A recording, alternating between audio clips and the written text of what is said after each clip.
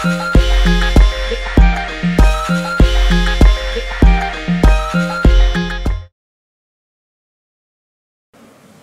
everybody, for the first time coming at you with Charlie in the Trees reviews. This is my first video and it ain't gonna be no slack jaw video. We're gonna start right off the bat with the top 10 shooters you should be playing on Steam. So let's just jump right into it with number 10, Homefront. North Korea. This morning comes the news of Kim Jong-il's death. North Koreans greet their new supreme leader, Kim Jong-il's son, Kim Jong-un. Set in a post-North Korean occupied Western United States, Kim Jong-il has died, and his tyrannically worse son, Kim Jong-un, is now on a mission for world domination. The game starts off with Ricky the bitch having his goons kicking you in the kisser and throwing you on the ground. And who really figured that the Koreans would stage a pleasant occupation? Please don't look. Just don't think about it. Just close your eyes.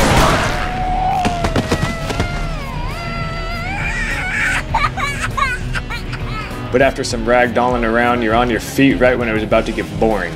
If you're a fan of Call of Duty, this game might seem very familiar to you. It acts, feels, and presents itself like a COD game. But then again, who isn't using the two-gun swap and regeneration health nowadays is pretty much a leper. But getting back on track to Homefront, the weapons are great, the atmosphere feels intense, and the AI are smart enough, and the levels never get repetitive. The campaign always has something new, whether it be the Battle of Tiger Direct, flying your helicopter, or raging over a mass extermination of our people. Homefront has more twists than an Auntie Anne's pretzel.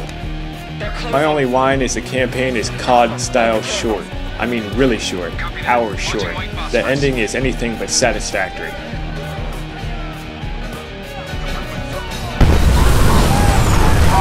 On the other hand, I think the multiplayer is one of the best I've played. The guns are well balanced, the maps are huge, and the credit system is near flawless. The credits in-game can give you any of the vehicles from the spawn screen to spawn right into, or used for smaller things like UAV, body armor, or predator strikes. Feels like what they've done is to combine the kill streaks from Call of Duty and smash them together with the vehicle playability of Battlefield, and quite honestly, it works. Now this game isn't perfect, but it definitely doesn't deserve the small community of gamers it has left. The majority of the servers are empty. There's nothing justifiably wrong with the multiplayer for the game to deserve such an empty community. Maybe it's because Homefront is still a holy crap $29.99 on the Steam store, which was okay back when it came out, but I'd wait for the Steam sale to go buy it now, which is why it's at the top of this list. We are losing beat. Number 9, Counter-Strike Source. Now this game has been number 1 in community even before the Modern Warfare explosion. Its fast servers are still being filled today, which tells you that it has an extremely high replay value. And this is due to its easy to mod Source engine. It's the engine Valve has been using for most, if not all, of their games since 2004. And to tell you the truth, it's a little outdated. But don't let that scare you away, because Counter-Strike Source is still as fun as it was when it came out. The standard game mode is a hostage rescue / bomb defusal for the counter-terrorists, and eliminate all hostiles and bomb planting objective for the terrorists. But most people ignore the hostage / bombs anyway, and just eliminate each other. You choose for a wide variety of weapons and armor from the buy menu when you're on your way. If you die, you're out of the round, unless you're playing one of the many mods that came for this game. The best known being the zombie mod, where you run into a crawl space and barricade yourself somewhere to keep zombies from infecting you. Because the zombies have a ridiculous amount of health, you have unlimited ammo. But the zombie strike is a one-shot infection, so you become a zombie right away, and you can murder all your friends. Then comes a game mode that most likely influenced the Black Ops game mode, Gun Game, which is in fact called Gun Game. Everyone starts off with a starting gun and it's a race to get to the last weapon. Get a kill, go up a level, and get a new gun. Kill a teammate or get knifed, you lose a level. Very simple. And we're moving on to Surf. It's a kind of a skill mod where you need to surf down these things to get to places, which is very hard to do if you don't know what the frick is going on. If you fall off, you go to jail, where it's kill or be killed. Or just sit back, relax, play some single player, where it's like shooting fish in a barrel, and the AI are only laughable at best, but they don't troll. Sure fucking don't. According to your score, you don't care at all. Dude, I'm blind. Yeah, bro. I'm drunk. I'll tell you the truth, your girlfriend's really large. The Steam price is $19.99, which I think is worth it. but this is usually the first game to go on the chopping block for a Steam sale, so you can get it cheap. Number 8, Dead Space 2. If you want an immersive, scary game that will keep you at the edge of your seat for hours, look no further than the Dead Space 2. You play as the iconic engineer, Isaac, who is back from his vacation on the Ishimura to find himself a psychiatric patient on a necromorph-infested Titan station, which, if you don't know, is a moon orbiting Saturn. Your quest is to find and destroy a recent built marker. No, not that marker. This marker. What did they find aboard the ship, Isaac? The marker. Did you have contact with this marker? It made you see things, didn't it? This marker is attracting these creatures that obviously don't like us touching their things. What are we talking about here? Oh yeah, right, the marker. Anyway, you can use kinesis to pick up stuff, stasis to slow down stuff. They become very useful if you run out of ammo, which is, by the way, very scarce in harder difficulties.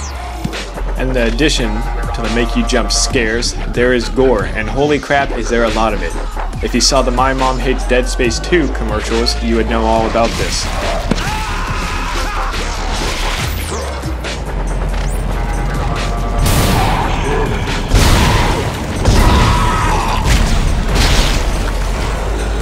The unique view perspective this game puts out is very interesting, and I like it. The combat is balanced, and the game never offers a point to readjust in your chair, nor does the atmosphere ever feel repetitive. Now the price on the Steam store is $19.99, which is, holy crap, totally worth it. No other game gives you such an immersive experience for that kind of money.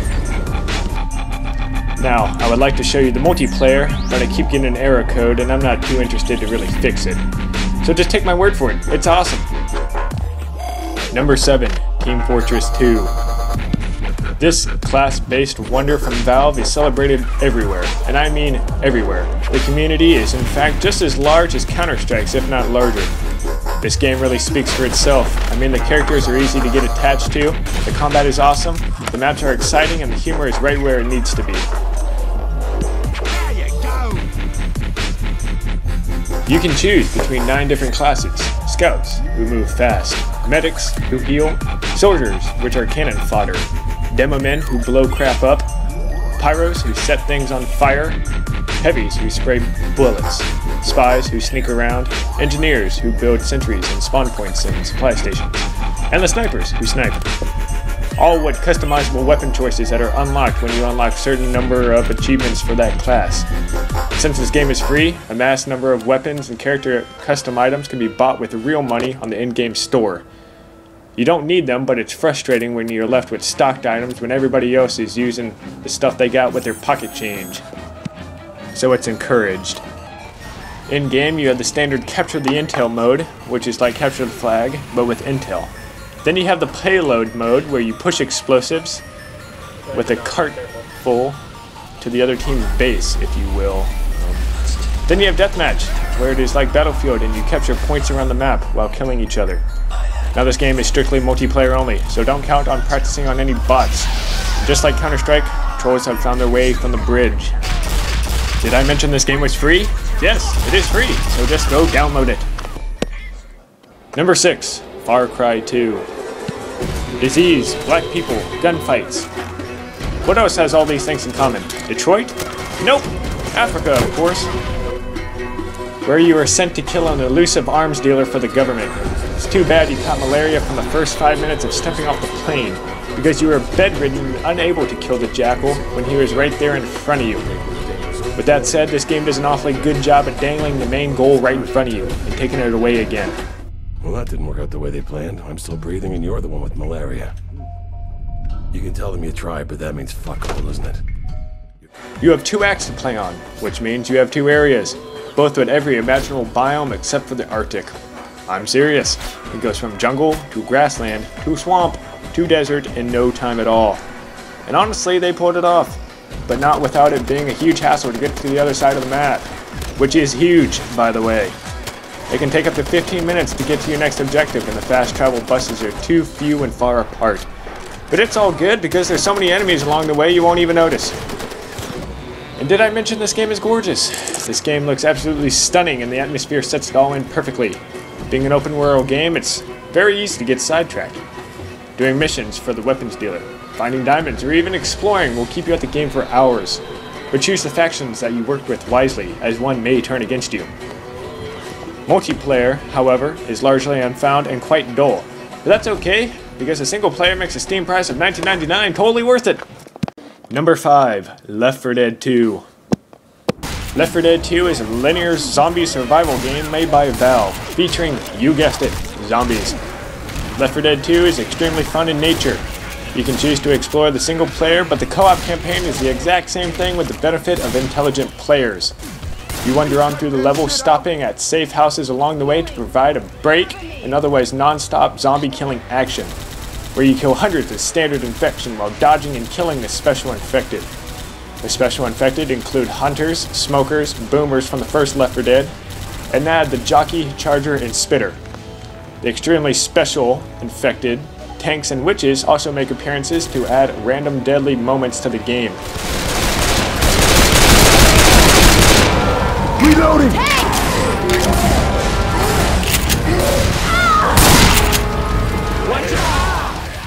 Left 4 Dead 2 now offers melee weapons as an alternative to dual pistols, which makes the game fun and interesting and never the same when you play through it again. Weapons, ammo caches, and helpful utilities scatter across the land for you to use, some being better than others to handle in certain situations. As of now, Left 4 Dead 2 has added the full story of the first game to its game, with upgraded graphics so you don't have to buy the first one to actually play it, which is absolutely fantastic, and I love going back to the old characters and levels, especially with the new graphics. Besides standard campaign, other game modes include Versus, Survival, Scavenge, and Mutation. In Versus, one team plays as the humans while the others plays as the special infected, as they try to stop them. Simple enough. Survival is self-explanatory. Survive at the survival portions of the campaign, or as long as you can. Then there's Scavenge, where you have to collect a certain number of gas tanks to fill up the generator before time runs out or before everyone dies. Then there's Mutation, where it's a combination of all the game modes or certain game mode and exclusive to that week, like Chainsaw Only Versus. Either way, it changes every week. Remember that this is a Valve game, and that Valve games have an extremely high troll-to-player ratio, so be prepared. That might be the guy who masturbates all day long. He is indeed. I told my friend who doesn't play video games about the charger, and he found it like way funnier than it actually is. Also, Valve made some levels extremely hard to get past at high difficulty, so be prepared to tear some hair off that already receding hairline. Oh, this is only like 2 chapters, right? Yeah, it's not very long. It was like a DLC they had. Steam is selling the game at $19.99. Seeing how it offers both games, it's actually totally worth it. Number 4, Grand Theft Auto 4, Episodes from Liberty City. Why not Grand Theft Auto 4, you say? Because that's the only one story. This one has 2 stories. The first one being The Lost and the Damned, where you play as badass biker ganger brother Johnny. Try saying that 2 times fast. You walk around smashing heads and doing pretty much whatever the crooked chapter leader Billy tells you to do. The turmoil between the group gets rather boring after a while, which leaves the story with something to be desired. But it's still worth the playthrough. Then there's the second game, The Ballad of Gay Tony, where you play as Luis, the bodyguard for a gay club, oddly named Gay Tony. Hence the sarcasm. Pretty much doing whatever he tells you as well, but the story's a lot more interesting than The Lost and the Damned. Luis is a lovable character who never gets dull, while Johnny's just a grunt who I feel doesn't bring much as far as story goes. Both games take place on the fabled New York City-based Liberty City, same as the original game, but new places can be explored like clubs in Gay Tony and chapter houses in The Lost and the Damned. Johnny, what's going on?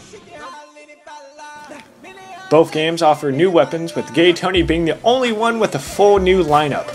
Lost and the Damned only had a few weapons like the sawed-off shotgun to replace standard GTA 4 weapons. Regardless, these games are GTA 4 at heart. Blow stuff up, kill random people, steal and hijack random cars, run from the police, and do pretty much whatever you please.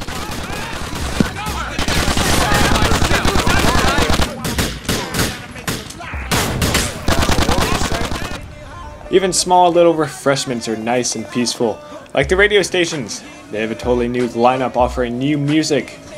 If you're tired of the old ones like I was, this is a nice new refreshment. The episodes in the original GTA 4 actually tie together.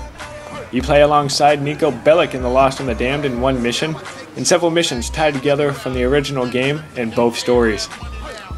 The multiplayer ties well, but has some elements that left to be desired. On the other hand, the modding for this game is outright huge, making this a pretty much single player only game. So many mods with so little time. This engine has definitely been exploited to its works. Steam prices the game at $19.99, which I think is totally worth it for what you get, especially with all the modding community out there. Speaking of exploitation of mods and engines, there's number 3, Gary's Mod. Nothing exploits the full source engine quite like Gary's Mod. It's Valve's gift to modders and people who like to have fun and build whatever they want. To stress the importance of modding in this game, I will make a list, inside of a list, Inception style. Things you can do in Gary's Mod. Build a house. Kill an NPC. Explore a level from another Valve game. Detonate a nuclear bomb. Kill many NPCs. Make ragdolls do inappropriate stuff. Shoot a flare. There is practically nothing you can't do in Gary's Mod. With the online being as big as Team Fortress 2 and Counter-Strike Source, there is plenty to do. My friend has logged over 800 hours on this game due to its massive amount of content. This game feels like it could be like any other Valve game, which is why this is a rather short review. Steam has this game priced at $9.99, which is 100% worth it in my opinion, and it's rather underpriced. And it is a must buy. Number 2, Battlefield 2. When I think of games I never want to stop playing on Steam, I think of Battlefield 2. This game is just revolutionary and is great to play, and all of its expansions are easy to use on one platform. In Battlefield 2, use a combination of team play, infantry, and vehicles to capture outposts around the map. The game mode has you fighting the enemy until either side runs out of tickets. Whoever has the least amount of outposts loses tickets faster than the other team, meaning that they bleed tickets. The other team still loses tickets if a player is killed, but the ticket count does not bleed. The balance between air, land, and sea vehicles is on the money, and the maps to play them on is just as balanced. With the stat and unlock systems integrated, you will be coming back for more and more, making the game very addicting. Even with the release of the new Battlefield 3, the community stays true, even though I think the third is just as good, if not better. I like to see a major overhaul on the user interface, hoping that it will become to Steam, but just have to stick with Battlefield 2 for the time being then. The Steam price is $19.99 for the original and the expansion packs, which I think is totally worth checking out. And then there was number 1, Half-Life 2. This game has been in my heart since I first started playing the original Half-Life.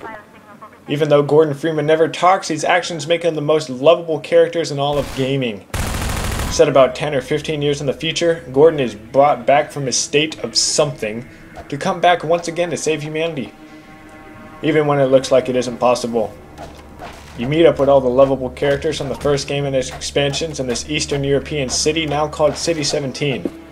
The now dominating Combine Force have invaded Earth and taken complete control.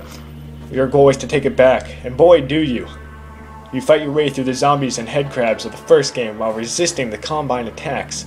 You run from city to lab, to city, to lab, and back. Along the way there are several enjoyable physics puzzles and Easter eggs to explore and exploit. Every aspect of this game is beautiful. The setting is beautiful. The characters are beautiful. The weapons are beautiful. Even the bleak outlook on what life has become is somehow rubbed off on me as beautiful. Steam sells this game for $9.99 with $6 for each of the expansions, which is just as good. The game is just downright perfect. No aspects ever seem repetitive, ever. All that is left to be desired is a freaking third game already. But I guess it's a good thing they aren't rushing it at the same time, because I don't want it to be like the 14-year wait we got for Duke Nukem Forever. So, number 3, please. I still have nightmares about that cat. No, there's nothing to be nervous about. What cat? We've made major strides since then. Major strides. What cat? Doc, since he's not taking the streets, you might as well get him out of his... Now I know, I can hear all the haters screaming already for the Call of Duty games. And the reason none of those games are on here is because of the freaking price. No way in hell is Modern Warfare 2, Modern Warfare 3, Black Ops, or World at War worth the steep price tag they are given. And if you want to see the games reviewed, just send me $40 and I'll do it. If something wasn't on your list, then just leave a comment below, leaving your list, and I'll be sure to respond. But now it is time for everyone's favorite troll in-game question. Yo, what are you doing camping, dude? Look at the fucking time. Yeah. So go ahead and leave your response to that question in the comment box below. But be sure to watch the next top 10 list. Top 10 RPGs to check out on Steam later in the month, so subscribe. But always, be careful gamers and watch out. There's Charlie in the trees.